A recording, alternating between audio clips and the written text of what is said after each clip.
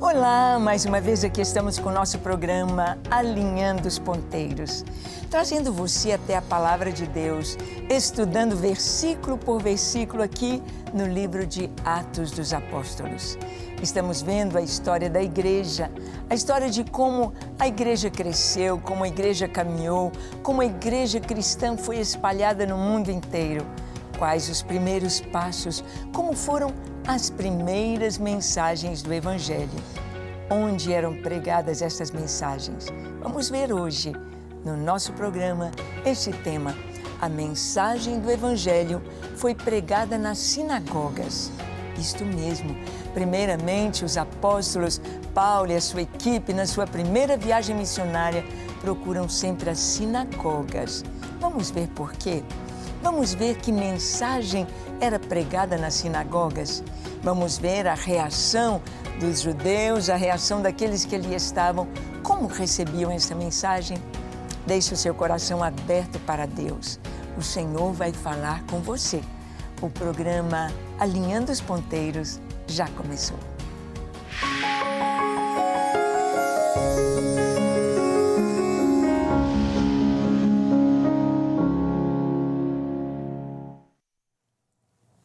Muito bem, nós sabemos que a palavra de Deus, ela sempre foi pregada, ela foi levada até os confins da terra e tem sido até hoje. Deus, muitas vezes, ele providenciou um modo de fazer com que os discípulos fossem, obedecessem, indo por todo o mundo. No Antigo Testamento, a mensagem era: vinde. Vinde a Jerusalém, vinde ao templo, vinde à presença de Deus, que estava ali de uma maneira física, podemos dizer, na Arca da Aliança, no Santo dos Santos, no templo, em Jerusalém, sobre o Monte Moriá. Mas quando Jesus veio, ele esteve ali no templo. Ele foi até o Monte das Oliveiras ressurreto e ele disse aos discípulos: ide. Ide por todo o mundo e pregai o Evangelho a toda criatura.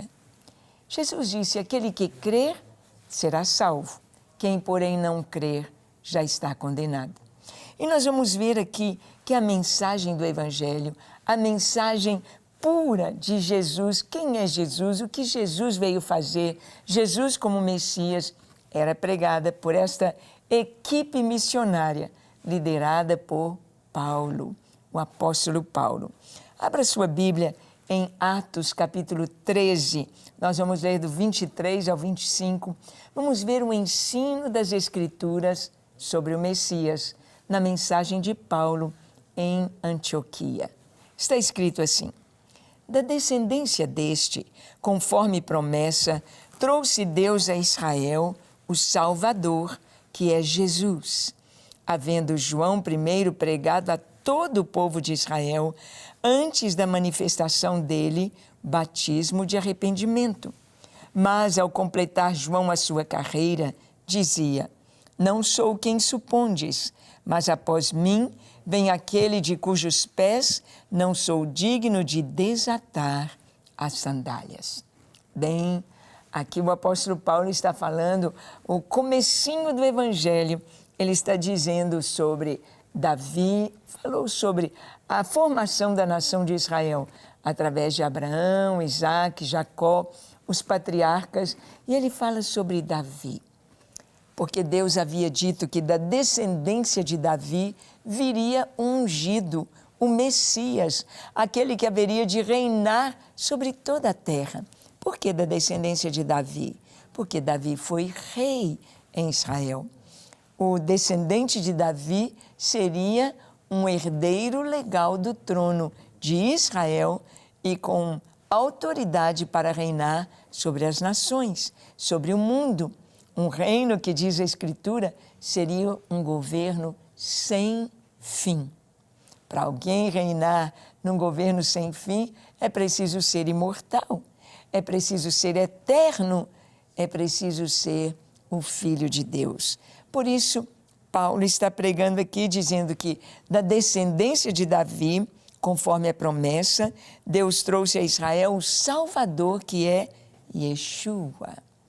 Ele então vai falar de João Batista. João Batista veio pregando arrependimento e todos pensaram que João Batista pudesse ser o Cristo.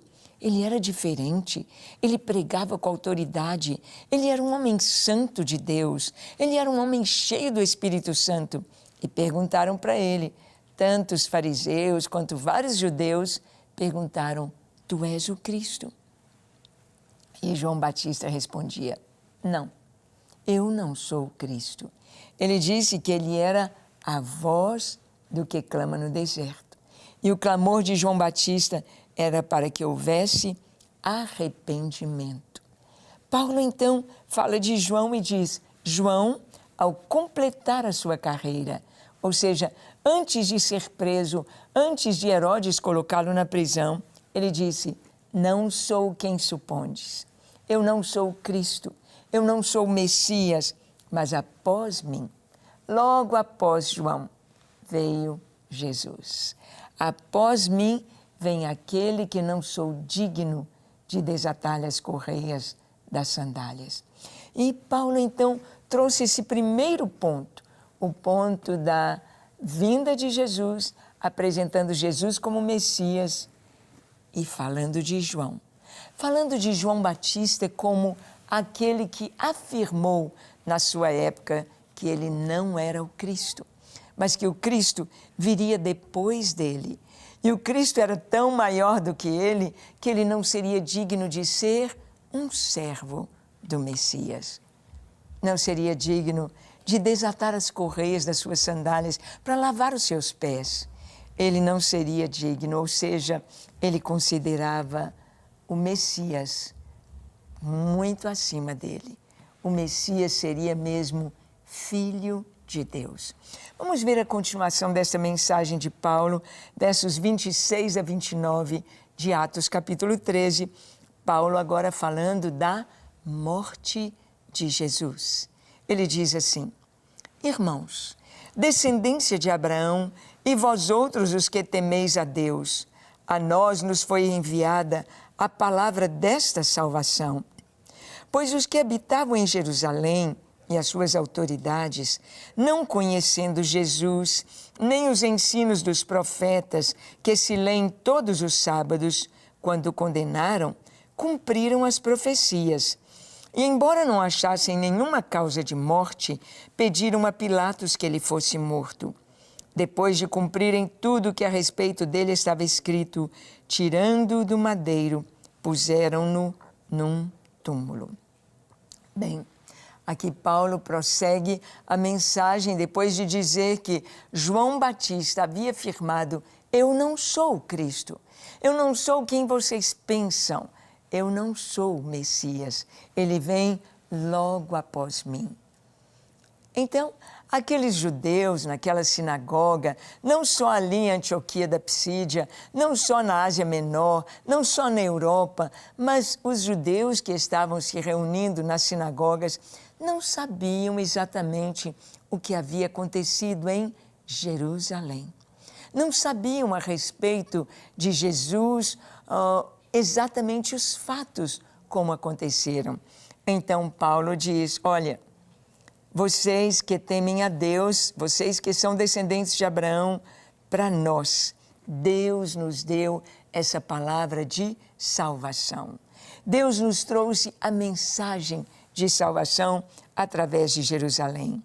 Mas ele disse, todos os que habitavam em Jerusalém e as suas autoridades, não conhecendo Jesus, não conhecendo vamos dizer, a interpretação, os ensinos dos profetas que se leem todos os sábados, o que fizeram? Condenaram Jesus de Nazaré à cruz, embora não achassem nenhuma causa de morte.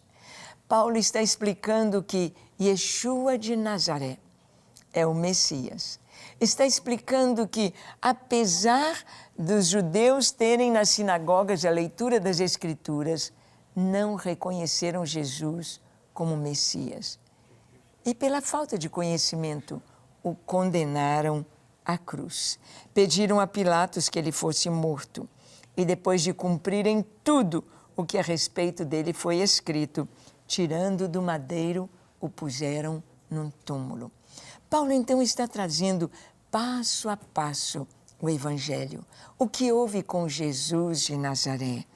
E nos versículos 30 a 33, Paulo vai falar sobre a ressurreição de Jesus. Olha o que ele diz. Mas Deus o ressuscitou dentre os mortos e foi visto muitos dias pelos que com ele subiram da Galiléia para Jerusalém, os quais são agora as suas testemunhas perante o povo. Nós vos anunciamos o evangelho da promessa feita a nossos pais, como Deus a cumpriu plenamente a nós, seus filhos, ressuscitando a Jesus. Como também está escrito no Salmo 2, Tu és meu filho, eu hoje te gerei. Paulo, então, ele trouxe o momento quando Jesus é apresentado à nação. O carpinteiro de Nazaré, que é o Filho de Deus, ele apresenta Yeshua. Ele primeiro mostra o caminho que Deus preparou através de João Batista. João pregando arrependimento, dizendo, arrependei-vos, chegou o reino de Deus, o rei já está no nosso meio. As pessoas pensaram que ele seria o Cristo e perguntaram, mas João respondeu bem claro, eu não sou o Cristo. O Cristo vem após mim, ele é muito maior do que eu, ele vem após mim. E nós sabemos que João apresentou Jesus aos seus discípulos, às pessoas que o seguiam, dizendo, eis o Cordeiro de Deus que tira o pecado do mundo. Eis o Cordeiro de Deus. João sai de cena, Jesus vem fazendo bem, Jesus vem cumprindo tudo que a seu respeito estava na lei. E Paulo então diz, mas as nossas autoridades, o Sinédrio, os sacerdotes, o sumo sacerdote, não conhecendo os ensinos, ou seja, não buscando saber o que as Escrituras falavam sobre o Messias, que estava se cumprindo plenamente em Jesus de Nazaré. Algo muito simples, por exemplo, é que Isaías disse da sua linhagem, quem dela cogitou? Ou seja, eles não procuraram saber quem era Jesus, não procuraram saber onde ele nasceu, não procuraram saber o que aconteceu quando ele nasceu. Se procurassem, saberiam que uma estrela apareceu nos céus, que anjos vieram e cantaram, apresentando aos pastores o recém-nascido rei dos judeus. Mas eles não procuraram saber que Yeshua de Nazaré não era nazareno, mas ele era de Belém, descendente de Davi. Ele tinha todas as profecias se cumprindo nele, ali, naquele tempo em que esteve em Israel. Mas ele foi condenado. Gritaram, crucifica-o para Pilatos. Quando Pilatos pergunta, que farei do vosso rei? Não encontro nele nenhum motivo para condená-lo à morte. E eles gritaram, nosso rei é César, fora com ele, crucificam, crucificam. E Paulo então explica aos judeus ali na Antioquia, da Psídia, ele explica que Jesus foi morto, entregue pelas autoridades, mas o que aconteceu? Ao terceiro dia, ele ressuscitou dos mortos, ele foi sepultado, cumprindo também a profecia. Lá em Isaías 53 diz, designaram-lhe a sepultura entre os perversos, mas com o rico esteve na sua morte. O sepultamento de Jesus foi um sepultamento de rico, com uma grande quantidade de perfumes, de mirra, aloés, de tantas coisas, um sepultamento com lençóis de linho, colocado num túmulo novo, cavado na rocha, onde ninguém tinha sido colocado, cumprindo as Escrituras a respeito do seu sepultamento. E Paulo traz isso para eles e diz, olha, e ao terceiro dia ele ressuscitou e tendo como testemunhas tantos que estão vivos aí, dizendo a respeito dele, como ele ressuscitou dentre os mortos. Esse é o evangelho que anunciamos. E a ressurreição de Jesus, Paulo então vai falar para os judeus ali na sinagoga que a ressurreição do Senhor, ela fora profetizada no Antigo Testamento. Fora profetizada. Assim, na ressurreição do Senhor, no Salmo 2, Paulo diz que está escrito: Tu és meu filho, eu hoje te gerei. Nos versículos 35 a 37 de Atos 13, nós lemos assim: Por isso também diz em outro salmo: Não permitirás que o teu santo veja corrupção. Porque, na verdade, tendo Davi servido a própria geração, conforme o desígnio de Deus, adormeceu, foi para junto de seus pais e viu corrupção. Porém, aquele a quem Deus ressuscitou não viu corrupção. Olha que coisa tão tremenda. Aqui, Paulo está dizendo a respeito de Jesus, comparando Jesus com Davi. Ele diz que lá no Salmo, Davi diz que o santo do Senhor não permitirás que o teu santo veja corrupção. Que corrupção seria essa? Seria, vamos dizer, a contaminação com a morte, a contaminação com o pecado, a contaminação com a sujeira e principalmente com a morte. Um sacerdote, um sumo sacerdote, jamais poderia tocar em um corpo morto. Jesus, ao ser morto ali na cruz, ao ser sepultado, ele não poderia ser colocado num túmulo onde houvessem outros mortos, outros corpos mortos, outros corpos sepultados, porque ele veria a corrupção. Mais ainda, o corpo do Senhor Jesus, se entrasse em decomposição pela morte, ele veria a corrupção. Porém, Jesus ficou apenas 3 dias no túmulo, praticamente uma noite, um dia inteiro, e na noite do 3º dia, o Senhor ressuscita, na madrugada do domingo. Seu corpo não viu corrupção. Paulo explica para os judeus ali na sinagoga, ele explica que Davi não está se referindo a si mesmo, mas está se referindo ao Messias. O seu corpo não viu corrupção. O de Davi, sim. Paulo diz, olha, até hoje nós temos entre nós o túmulo de Davi. O túmulo dele está ali. Quando você vai a Israel, você pode visitar ali no Monte Sião, em Jerusalém. Você pode visitar onde estão os restos mortais, ou a poeirinha, ou o local do túmulo de Davi. Mas o túmulo de Jesus está vazio. O túmulo de Jesus está vazio. Os discípulos vieram, viram e creram. Por que que eles creram? Porque o corpo do Senhor foi envolvido por lençóis de linho. Era assim como faziam o sepultamento.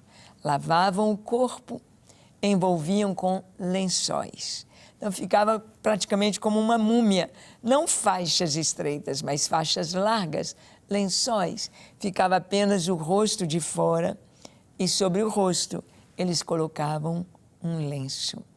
E as Escrituras nos contam que Pedro e João, quando chegaram no túmulo e viram o túmulo vazio, eles viram e creram.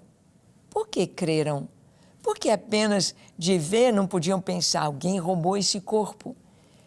Qual era o fator primordial para poder ver e crer imediatamente? E não imaginar que o corpo fora roubado.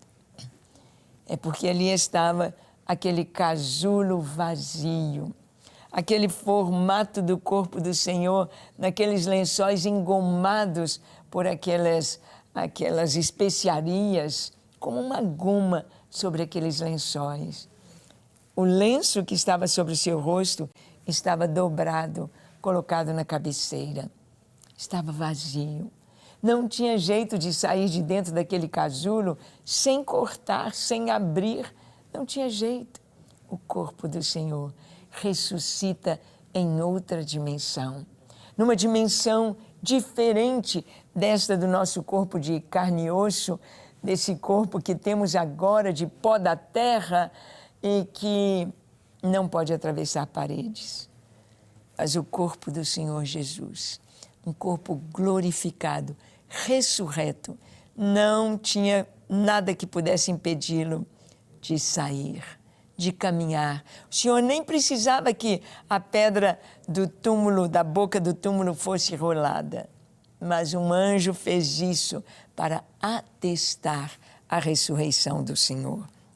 Então, Paulo, ele prega a ressurreição de Jesus e no versículo 35, aliás, no versículo 38 a 41, nós vamos ver que a salvação em Cristo está sendo anunciada nas sinagogas, por onde Paulo, Silas e a sua equipe vão passando. Está escrito assim: tomai, pois, irmãos, conhecimento de que se vos anuncia remissão de pecados por intermédio deste, e por meio dele todo o que crê é justificado de todas as coisas, das quais vós não pudestes ser justificados pela lei de Moisés. Notai, pois, que não vos sobrevenha o que está dito nos profetas.